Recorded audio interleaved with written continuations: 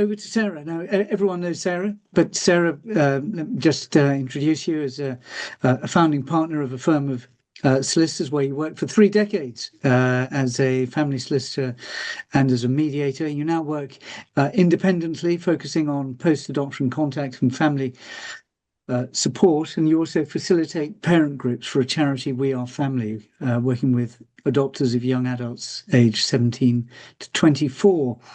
You're the co-founder and project lead of this forum, for which we all owe you enormous thanks. And as you say, your approach is relational and informed by trauma and neurodiversity-aware perspectives. So thank you, Sarah. Look forward to hearing from you. Thank you, Stephen. Well, I have drafted the lived experience section of our proposed guide. And actually, lived experience has been what's been at the heart of the forum from the very start. We've had a couple of lived experience workshops with adopters and birth parents and adopted adults, and a lot of one-to-one conversations as well. So I think we've got a really rich, important picture of how it's actually working, how it feels in practice, adoption and post-adoption contact. So we wanted to listen really carefully and understand the experience. We only ever know our own section. And I wanted to really look at how these experiences are going to be reflected in the legal and social work practice, and how they link in with Julie Young's research, and how they could use Chris Burke's work on safe and meaningful contact. They all feel like they're circling the same issues.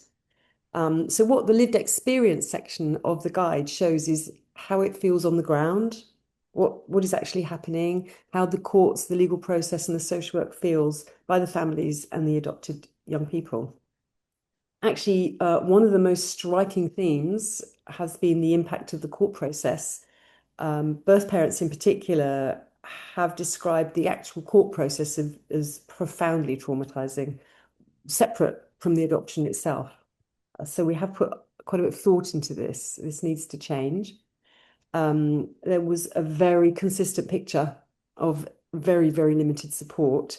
Adopters are regularly talking about being left to manage really complicated, sensitive, important contact arrangements alone, without guidance or help, just on instinct.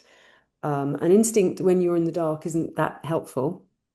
Birth parents are talking about navigating loss comparable to bereavement with little or no support.